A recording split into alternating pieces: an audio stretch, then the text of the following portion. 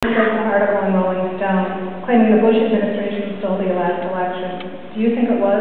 And how can we guard against something like that going to happen in the future? I must say, I read Robert Kennedy's article in Rolling Stone, and I think all of you should if you haven't. And before I read it, I was convinced that President Bush had won Ohio.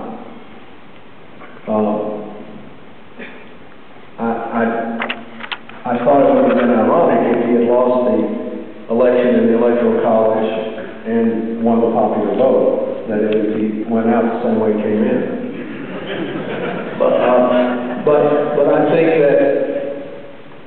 think that two things. I think there's no question that Al Gore would have won Florida if all the votes had been counted and the people who intended to vote for him had their votes counted.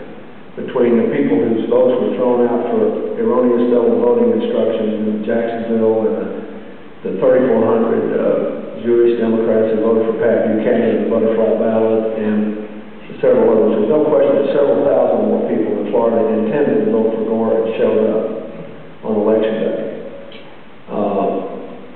And I still believe that the two Bush v. Gore decisions will go down as one of the 4 or 5 worst decisions in the history of the United States Supreme Court. I think it was a disgrace.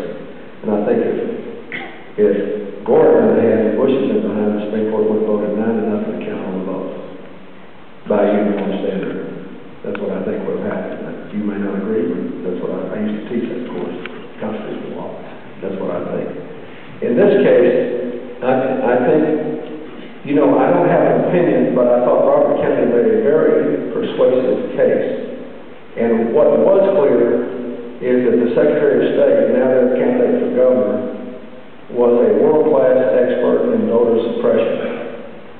And that he was doing everything he could to keep voters that he thought were Democrats from voting in every way that he could.